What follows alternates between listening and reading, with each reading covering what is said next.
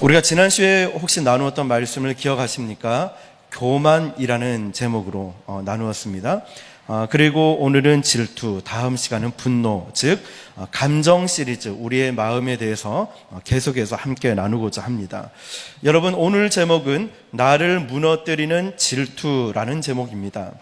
이 질투라는 게 우리가 교회 생활을 하고 또 신앙생활을 하다 보면은 나와 나이가 비슷하거나 하는 사역이 비슷하거나, 그런데 어떤 분은 참 인정을 받고 열매를 많이 맺게 되면 그 사람에게 대해서 굉장히 부러워하는 동시에 때로는 질투를 갖게 됩니다. 도대체 어떻게 하길래 인정을 받게 되고 어떻길래 도대체 이런 열매들이 있을까라는 생각들이죠. 유태인의 민담 가운데 이런 이야기가 있습니다. 어느 날 천사가 한 여자에게 나타납니다. 내가 너를 축복하겠다. 그리고 네가 원하는 그 한 친구에게는 너에게 줄 축복을 갑절로 주겠다. 그런 친구가 너에게 있느냐라고 할 때 이 한 여자나 곰곰이 생각하다가 있습니다. 저에게 꼭 그렇게 정말 좋은 친구, 질투하고 있는 한 친구가 있습니다 라는 것이죠. 그래서 천사님, 저에게 주실 축복을 갑절이나 줄 사람이 있습니다 라고 얘기했죠. 그때 천사가 이렇게 얘기를 합니다. 그럼 너에게 어떤 축복을 주길 원하느냐 물었습니다. 그때 이 한 여자가 이렇게 얘기한 거예요. 제 눈을 하나만 멀게 해 주십시오 라고 한 거죠. 이 여자의 눈 하나가 멀게 되면은 질투하는 그 여자친구는 어떻게 될까요? 양쪽 눈을 다 잃게 되는 거죠. 이처럼 질투한다는 것은 정말 강력한 감정이고 또 얼마나 큰 죄악인지 모릅니다. 우리는 질투하는 사람들을 계속 자꾸만 생각하게 됩니다.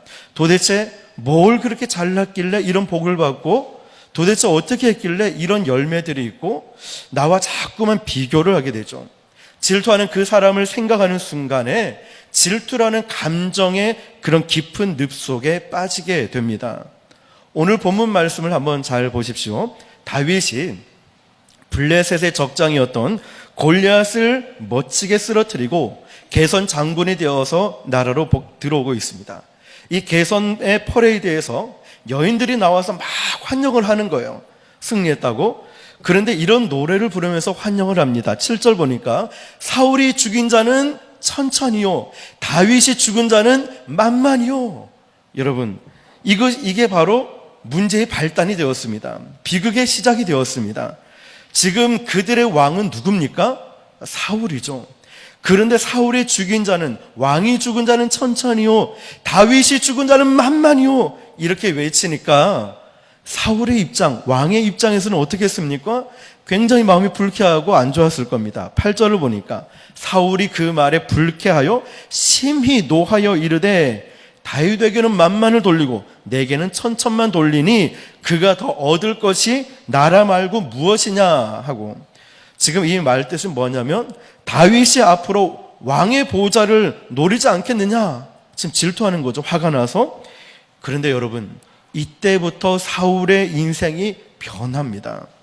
다윗을 질투해서 눈이 먼 것 같은 질곡의 역사가 이때부터 시작이 됩니다. 이 사울 왕의 생애를 조명하면서 질투라는 것이 과연 어떠한 죄인가 한번 살펴보도록 하겠습니다. 여러분, 첫 번째로 질투는 어떤 죄일까요? 질투는 인간이 가진 가능성을 제한시켜버리는 죄악입니다. 우리는 일단 질투에 사로잡히게 되면은 더 이상 자기 자신의 장점을 발휘하지 못하게 됩니다. 자기가 뭘 잘하고 얼마나 열심히 헌신할 수 있는지 그게 중단되어 버립니다. 그러면 본래 사울은 어떤 사람이었을까요? 그가 처음 왕으로 부르심을 받는 이 과정을 보면은 이 사울이 굉장히 괜찮은 사람이라는 것을 알 수 있습니다.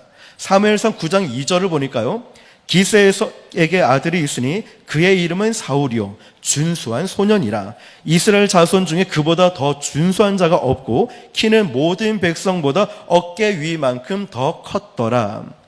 자, 사울은 미남이었습니다. 아주 잘생겼어요. 그리고 사울은 키도 컸습니다. 다른 사람들이 사울에 비해서 어깨만큼 올 만큼 사울은 키도 크고 멋진 사람이었습니다.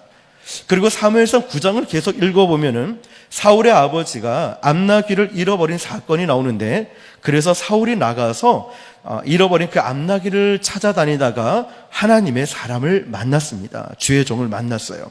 선견자라 불리는 이 선지자를 만났을 때 사울은 그에게 도움을 요청하는 장면이 나옵니다. 그런데 이 장면을 보면요, 사울이 얼마나 예의가 발랐는지, 그는 하나님의 사람을 정말 존중할 줄 아는 사람이었습니다. 하나님의 사람을 존중히 여기는 이 태도에서 우리는 사울이 가지고 있는 아름다운 신앙의 태도를 발견할 수 있습니다. 이게 끝이 아니라 9장 21절을 보면 사무엘이 이제 이 사울을 이 나라의 왕으로 세우겠다라는 그런 의지를 보여주자 사울은 이렇게 얘기합니다. 나는 이스라엘 지파 중에 가장 작은 지파 베냐민 사람 아니니까, 또 나의 가족은 베냐민 지파 모든 가족 중에서 가장 미약하지 아니하니까 당신이 어찌 내게 이같이 말씀하시나이까? 라고 말합니다. 사울은 지금 자신이 다 왕이 될 자격이 없습니다. 우리는 지파 중에 가장 연약하고 우리 집안도 그렇고 우리는 정말 저는 가장 미약하기 때문에 왕이 될 자격이 없습니다. 아주 겸손하게 자기를 표현할 줄 아는 사람이었습니다. 그리고 사울이 왕이 되어서도요, 1년에 몇 번씩이나 전쟁을 치룰 때 그 전쟁에서 뛰어난 지략과 용맹성을 떨치면서 전쟁에서 승리한 인물이 되었습니다. 사울은 지혜롭고 용감한 사람이었어요. 여러분, 이만하면 괜찮은 사람 아닙니까? 외모도 그렇고 성품도 그렇고 겸손할 줄 알고 용감했고 지혜로운 사람이었다. 이 정도면 요즘 말하면 정말 빠질 것이 없는 정말 괜찮은 사람 아닙니까? 우리는 이 정도만 들어도 참 멋진 사람이다. 아우, 내가 딸이 있으면 사위 삼고 싶다. 아니면 정말 우리나라의 왕이 될 만큼 정말 존경받을 만한 인물이다 라고 생각할 수 있습니다. 그런데 여러분, 이렇게 멋진 사울이, 이렇게 멋진 지도자가 다윗을 질투하기 시작하자 그때부터 무너지기 시작합니다. 이렇게 멋진 사람도, 훌륭하게 쓰임 받을 수 있고 겸손한 사람도 질투하기 시작하자 모든 것이 무너지기 시작합니다. 이상한 사람으로 변질되어 갑니다. 역사 속에서 아주 귀한 일을 할 수 있는 이 지도자였음에도 불구하고 그의 인생은 쇠락해져 가는 비극으로 걸어가는 것을 보게 됩니다. 왜일까요? 이렇게 멋진 사람이 왜 이렇게 무너져 내렸을까요? 질투를 극복하지 못했기 때문입니다. 질투 때문에 자신의 가능성과 이 장점을 발휘하지 못하게 되는 거예요. 그 일생이 비극으로 끝난 것을 봅니다. 이처럼 여러분, 질투라는 것은요, 우리의 무한한 가능성과 우리의 장점들, 얼마나 주님 앞에 많은 봉사와 헌신으로 갈 수 있는데 그 모든 선한 가능성을 제한시켜 버리는 죄악입니다. 사랑하는 성도 여러분, 혹시 여러분들은 내가 교사로, 찬양대로, 아니면 리더로서 섬기며 나아갈 때 누군가를 질투하고 아니면 그를 시기 질투하는 모습이 있지는 않습니까?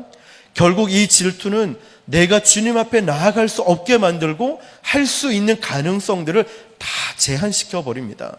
우리에게는 절대로 이런 일이 없기를 주님의 이름으로 축복합니다. 두 번째로 이 질투를 보면 일상적인 삶을 다 빼앗아 버리는 죄악입니다. 질투는 아주 강력한 감정입니다. 질투하는 그 대상에 내 모든 에너지를 다 집중해 버립니다. 예를 들어 어떤 사람이 있다. 나와 나이도 비슷하고 하는 것도 비슷해요.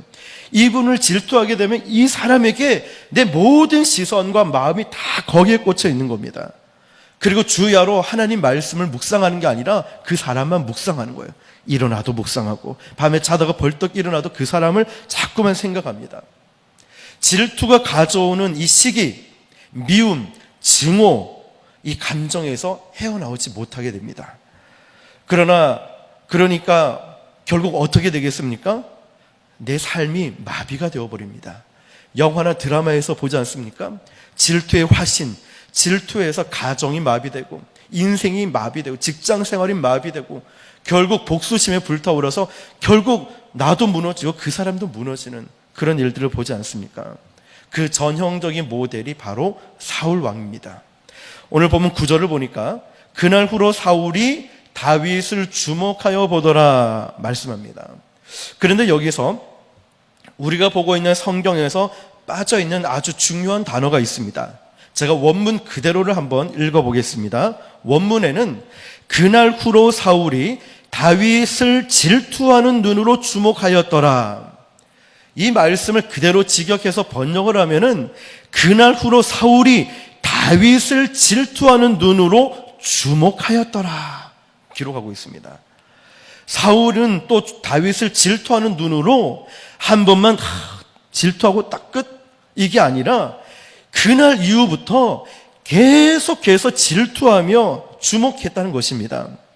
계속해서 사울의 마음속에는 저 다윗을 어떻게 처치할까? 저 다윗을 어떻게 해버려야지? 저 다윗을 어떻게 하면은 이 땅에 없애버릴까? 이런 생각만 했다는 것입니다. 사울 왕은 거기서 헤어나오지를 못했습니다. 그 후 사울의 남은 생애는 오로지 다윗에게 주목했던 생애, 다시 말하면 오롯이 다윗을 향한 그 질투에 사로잡혔던 생애라고 말할 수 있습니다. 질투가 지배하는 생애, 어떻게 되었을까요? 사울 왕은 인생이 마비가 되어버렸습니다. 그러니 왕의 직무를 제대로 수행할 수 있겠습니까? 질투에 사로잡혔으니 어찌 본인이 해야 될 일을 할 수가 있겠습니까? 사무엘상 24장에 보니까요, 그 24장에는 이스라엘의 전쟁이 벌어졌습니다. 그러다가 전투가 다소 소강 상태에 들어갔을 때 어떤 사람이 사울 왕에게 찾아와서 이렇게 고합니다. 사무엘상 24장 1절에 보소서 다윗이 엔게디 광야에 있더이다. 지금 이 상황이 무슨 상황인지 아시겠죠? 전쟁인 중의 상황이라는 거예요. 그런데 사울 왕은 질투심에 사로잡혀서 본인이 해야 될 일을 하지 않고 다윗의 행방, 어디에 있는지 거기에 자꾸만 집중하고 있는 것입니다. 그리고 다윗이 전쟁터에서 멀지 않는 곳에 있다는 소식을 듣자마자 어떻게 했을까요? 사울 왕은 전쟁을 하다 말고 다윗을 쫓아갑니다. 지금 나라와 나라 사이에 중대한 전쟁을 치르고 있는 판국에 한 나라의 왕이라는 사람이 이 전쟁을 미뤄두고 다윗을 잡으러 간다는 게 여러분 상식적으로 이해가 되십니까? 지금 우리나라에도 홍수가 났을 때도 외국으로 갔을 때 얼마나 그 많은 사람들의 지탄을 받았습니까? 예를 들면 우리나라 대통령이 지금 전쟁, 북한과 대치적인 상황으로 핵폭탄을 쏘고 이런 상황 왔을 때 대통령이 어디 간다, 이해가 되십니까? 이 상황은 나라와 나라 간의 전쟁을 펼치고 있는 이 상황인데 사울 왕은 지금 전쟁하다 말고 다윗을 쫓아갔다는 겁니다. 그러니 나라 꼴이 어떻게 되겠습니까? 이처럼 질투라는 것은 무서운 감정입니다.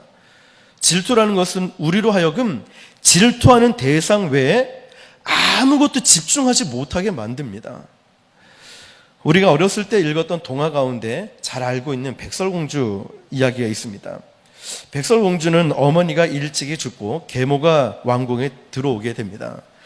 그런데 이 왕비는 아주 습관처럼 이런 버릇이 있었습니다. 뭐냐면 앞에 거울을 놔두고 아침마다 일어나면 이 공주병에 걸려가지고요, 거울을 보고 이렇게 물어보는 거예요. 거울아 거울아, 세상에서 누가 제일 이쁘니? 물어보는 거예요. 거울은 또 이렇게 대답하죠.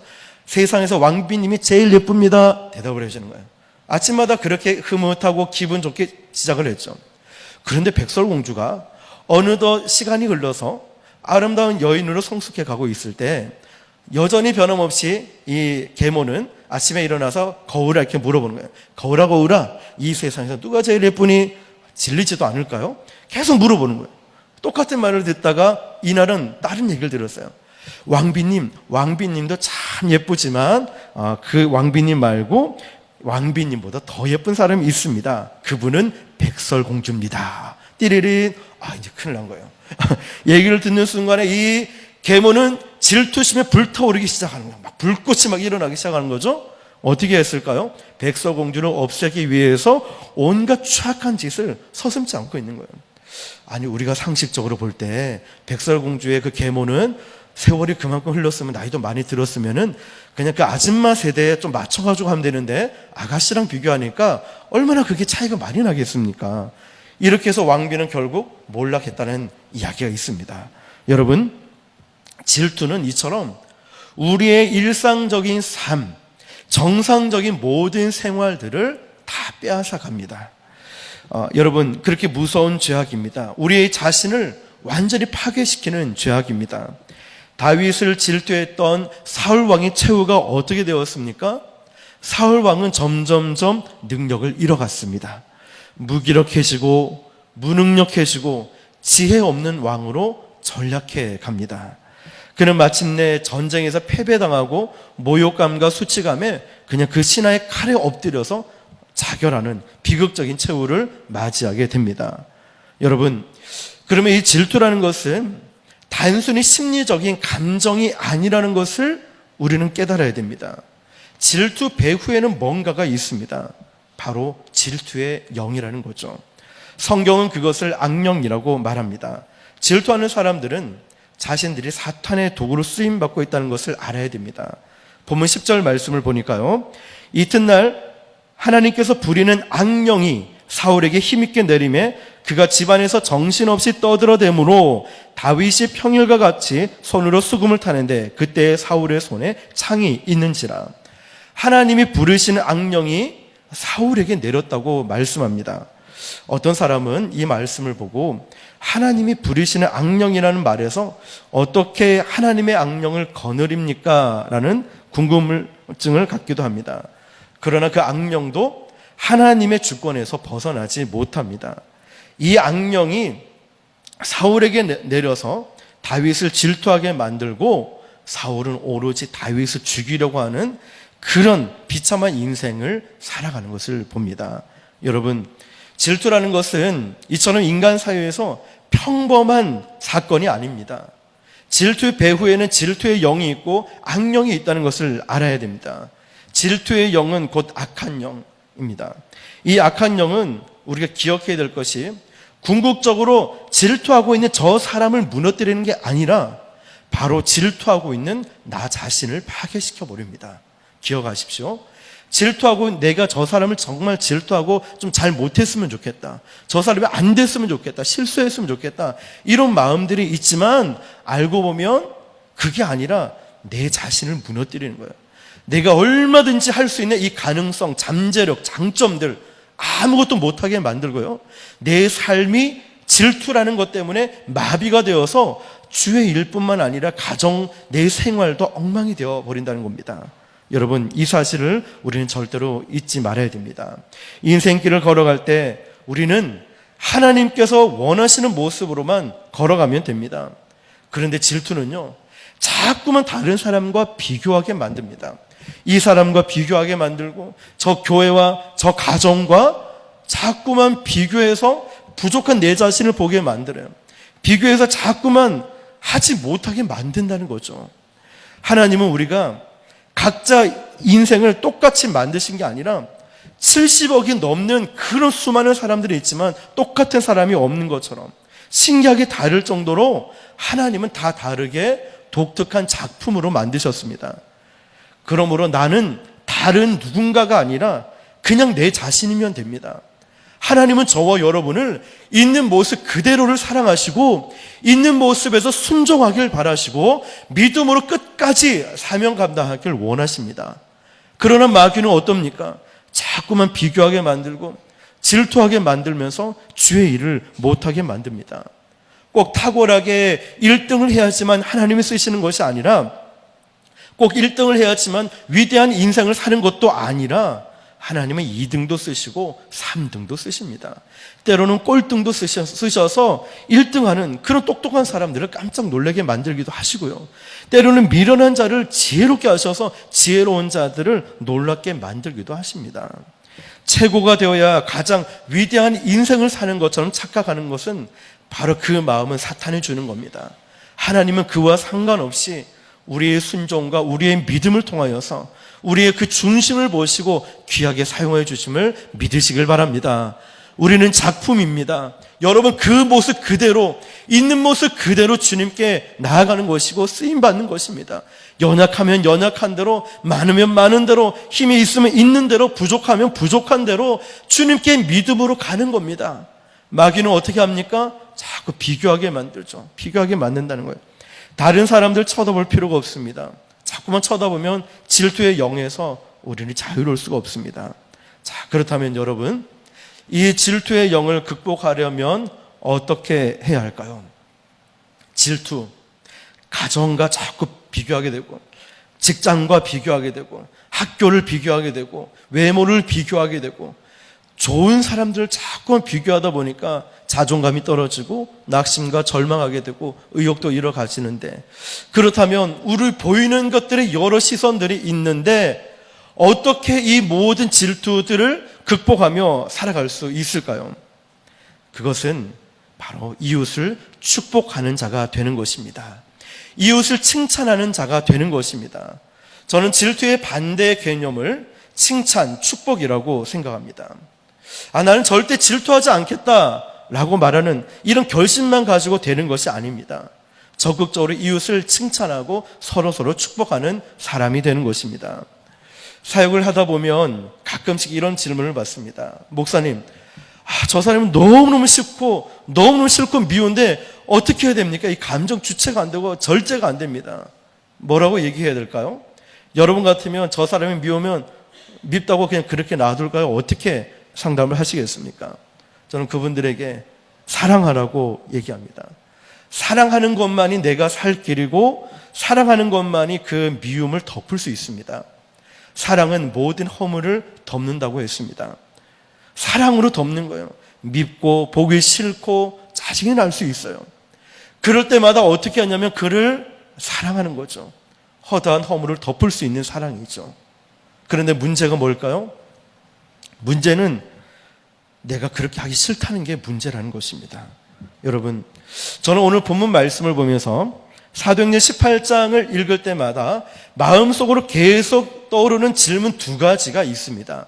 뭐냐면 첫 번째 하나는, 만약 사울이 다윗과 함께 돌아올 때 여인들이 막 나와서 사울은 천천히요 다윗은 만만히요 막 환영하고 이런 분위기 속에서 물론 불쾌할 수 있겠지만 위대한 다윗 장군 만세, 다윗은 만만, 사울은 천천, 이런 얘기를 외쳤을 때 사울 왕이 질투하지 않았다면 어떻게 되었을까 생각합니다. 또 두 번째로 어떤 생각을 하게 되냐면, 만약 이 사울 왕이 사울은 천천, 다윗은 만만이라는 이런 얘기를 듣고 불쾌할 수 있지만 오히려 성숙된 모습, 넓은 큰 그릇이 되어서 사울 왕이 옳소, 하나님은 우리에게 놀라운 지도자를 주셨어, 우리 민족에 다윗 같은 지도자가 있다는 것이 얼마나 큰 축복입니까? 인정을 하는 거죠. 다윗은 우리 조국의 미래입니다. 우리나라의 역사가 될 거고 최고의 지도자가 될 겁니다. 지켜 세워주는 거예요. 그러므로 다윗을 주신 하나님을 찬양합시다 했다면 과연 그 많은 사람들이 어떤 반응을 보였을까요? 질투하는 게 아니라 다윗을 인정해주고, 시기 질투하는 것이 아니라 다윗과 함께 하신 하나님을 찬양했다면 얼마나 아름다운 모습이 되었을까요? 지금 유태인들 가운데 가장 존경하는 사람이 누구냐 물어본다면 틀림없이 다윗이라고 말할 것입니다. 사울이라고 말하는 사람은 없습니다. 그러나 만일 사울 왕이 그 당시에 다윗을 세웠더라면, 다윗을 인정해주고 그에게 시기 질투하지 않았더라면 오히려 사울 왕도 어쩌면 하나님 앞에 귀하게 쓰임받는 그런 지도자가 되지 않았겠습니까? 여러분, 이처럼 질투라는 것은 굉장히 무서운, 그리고 없어야 될 부분들이기도 합니다. 이것을 이겨낼 수 있는 것, 질투를 안 가질 수는 없겠지만 질투하는 마음이 생길 때마다 우리는 사랑으로 채우는 거예요. 축복하는 마음으로 채우고 더 잘할 수 있을 것이고, 이런 분이 계시다는 게 우리 교회에 얼마나 큰 축복입니까? 한마디 말할 수 있는 것 말입니다. 그래서 저는 볼 때마다 이 부분들이 아쉬운 마음들이 듭니다. 만약 사울이 다윗을 격려하고 세워줬다면 이스라엘 역사와 사울 왕의 개인적인 역사는 얼마나 많이 달라졌을까요? 저는 오늘 본문의 말씀에서 매우 중요한 대조적인 말씀을 보고 큰 충격을 받았습니다. 12절을 보니까요, 여호와께서 사울을 떠나 다윗과 함께 계심으로 사울이 그를 두려워한지라. 간단한 말씀 같아 보이지만 하나님이 사울을 떠나셨다는 말씀입니다. 얼마나 비극적인 말씀입니까? 하나님께서 누구를 떠나셨다. 저는 제 입으로 그 말씀을 담기도 싫습니다. 하나님께서 떠나셨다. 나에게서, 우리에게서 떠나셨다면 우리는 과연 어떻게 살아갈 수 있겠습니까? 하나님은 질투하는 사울을 버리셨습니다. 그런데 이 구절을 보면 동시에 극적인 대조를 형성하고 있습니다. 하나님은 사울을 떠났고 다윗과 함께 하셨습니다. 여러분, 시기하고 질투하는 사울의 모습과는 대조적으로 다윗은 목숨을 걸면서 그 위험을 감수하면서도 사울을 깍듯이 왕으로 섬겼습니다. 대단하지 않습니까? 사울 자체를, 사울 왕이기 때문에, 하나님이 기름 부으심을 받아 세운 왕이기 때문에 다윗은 사울을 깎듯이, 죽을 위험도 있었고 얼마나 많은 핍박이 또 있었겠습니까? 도망다니는 그런 심정에도 다윗은 하나님을 향한 시선을 잃지 않았다는 것입니다. 우리가 다윗의 생애를 보면서 감동받는 게 무엇일까요? 다윗은 끝끝내 일관된 자신의 태도를 잃지 않았다는 겁니다. 그는 자기 자신의 목숨을 노렸던 사울왕, 죽일 수 있는 기회가 있음에도 불구하고 하나님께서 기름 부음 받은 그 왕이기 때문에 대적하지 않았던 일관적인 태도가 있었습니다. 여러분, 여러분의 마음은, 여러분의 시선 어떻습니까?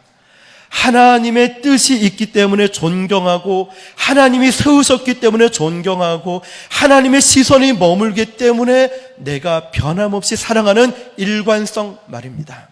한 번만 참고 한 번만 사랑하고 끝내는 게 아니라 일관성 있게 주님을 바라보면서 섬겼던 다윗처럼 말입니다. 하나님께서는 이런 다윗을 뭐라고 말씀하십니까? 내 마음에 합한 자다, 내 마음에 합한 사람이다 칭찬하셨습니다. 여러분, 이 극단적인 대조를 보십시오. 하나님은 질투하는 사울을 버리셨습니다. 시기하고 질투하는 사울을 버리셨고 다른 사람을 축복하고 격려할 줄 아는 그 다윗 편에 서셔서 하나님은 다윗을 인도해 주셨습니다. 여기서부터 우리는 이미 범상치 않은 다윗의 축복된 미래를 짐작할 수 있습니다. 미리 축복한 그 상태가 아니라요, 처음 낮아져 있는, 아직 다윗이 왕이 되기 훨씬 전인 이때부터 다윗의 믿음을 보시고 하나님의 함께 하심을 통하여서 우리가 알 수 있는 것은, 하나님께서 다윗을 귀하게 쓰시겠구나, 다음 세대 그 미래를 볼 수 있습니다. 여러분, 14절에는 다윗이 그의 모든 일이 지혜롭게 행하니라, 여호와께서 그와 함께 계시리라 말씀이 나옵니다.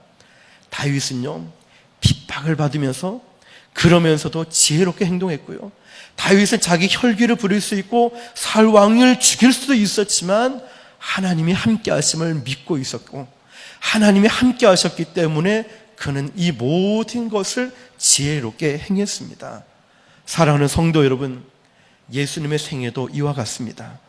다윗의 후손으로 오신 예수님은 우리를 구원하시고 우리를 섬기려고 이 땅에 오셨습니다. 예수님은 많은 핍박을 받으시면서 또 십자가에서 죽기까지 하시면서도 그 십자가에서 오만 조롱하는 소리와 핍박을 받고 자기를 죽이려 하는 자들까지도 예수님은 용서하시고 그들을 축복하시고 그들을 위해서 기도하셨습니다. 그렇기 때문에 오늘날 수많은 사람들이 예수님을 찬양하고 존귀하고 영광 올려드리는 것 아니겠습니까? 사랑하는 성도 여러분, 우리 예수님이 그런 삶을 사셨다면 저와 여러분도 그런 삶을 살아가야 하지 않겠습니까? 여기에 두 가지 선택이 있습니다. 하나는 우리 마음속에 계속해서 일어나는 질투의 영을 다스리지 못하고 방치해 두면 나도 훌륭하게 하나님의 부르심을 받은 이 사울처럼 겸손했었습니다. 외모도 출중했고 뛰어난 지도력도 있고 용감했었습니다. 그런데 이 한순간의 질투로 그 인생이 완전히 망해버리는 이런 길을 갔던 사울왕, 나도 마음을 그렇게 방치해버리면 그렇게 살아갈 수밖에 없습니다. 그렇게 되면 하나님이 우리를 버리시지 않겠습니까? 여러분, 이런 인생을 사시겠습니까? 또 한 가지 길이 있습니다. 하나는 내가 좀 핍박을 받을 수 있고, 내가 조금 어려움을 당할 수 있고, 내가 좀 인정을 받지 못할 수도 있고, 내가 좀 부족할 수 있습니다. 그러나 끝까지 주님을 바라보면서 내 있는 모습 그대로를 주님께 드리며 나를 부르신 소명, 사명을 갖고 다른 사람들을 축복하며 격려하는 삶을 사시겠습니까? 사랑하는 성도 여러분, 하나님이 함께 하시는 삶은 서로를 축복하고 칭찬하고 격려하고 사랑하는 삶입니다. 더 지혜롭게 사는 것, 용기를 내서 살고 하나님 마음에 합한 다윗처럼 살아가는 것이 하나님께서 기뻐하시는 삶이라는 것입니다. 우리도 다윗과 같은 인생을 살아가야 하지 않겠습니까? 오늘 저와 여러분들이 사울의 삶, 혹시나 나에게 그런 삶이 있다면 과감하게 떨쳐버리시고 다윗처럼 자신의 어려움과 힘든 일이 있다 할지라도 나를 부르신 그 주님을 기억하며 모든 것을 다 주님 앞에 맡기면서 겸손히 서로를 격려하고 축복하는, 시기 질투가 아니라 사랑하는 저와 여러분 되시기를 예수님의 이름으로 축원합니다. 기도하겠습니다.